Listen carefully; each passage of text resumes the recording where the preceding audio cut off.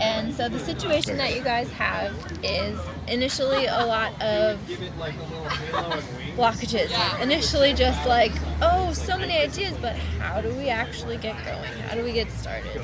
And then the mice, a lot of productivity, a lot of things we could do to get going, but still, essentially all we've got is more things to worry about at this point.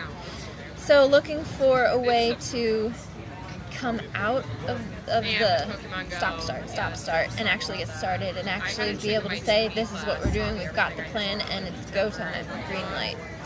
So, the challenge, if that wasn't a challenge enough, the challenge is to learn how to not let any of the obstacles deter you, and to keep communicating, find a way that works best to communicate, the two of you as partners. How do you communicate best? Is it text? Is it writing? Is it phone calls?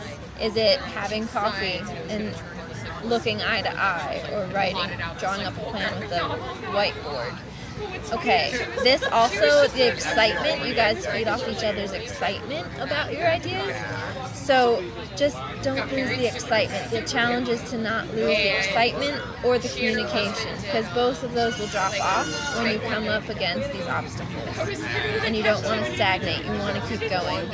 So the potential solution here is to, it looks like there is one of you that comes up with a lot of ideas but then gets scattered because you might be trying to get other people involved or go down other avenues that might not lend to the activity, you get distracted. It looks like one of you gets very distracted because it's a good thing. Is it the guy with the beard? Because I don't know. Because you're very intuitive, but there's still a distraction. It's like the mad genius. It's great stuff you got, but you're kind of like every direction. So in that madness is the key. But you got to have one person that's going to keep it together. Okay, so this is the solution. Take the gold from the madness. But you can't tell who either of these cards is. You guys know. You guys know. I don't know if we know. Like, Karl may think it's him, and I might think it's me, but... I might think it's you too. Yeah, it is Karl. That's what I think too. But I don't think this has anything to do with ideas. I think it's something else, but I don't know. It's Karl. So, as a third party, I don't need to make the judgment call. I'm just saying what I see here. So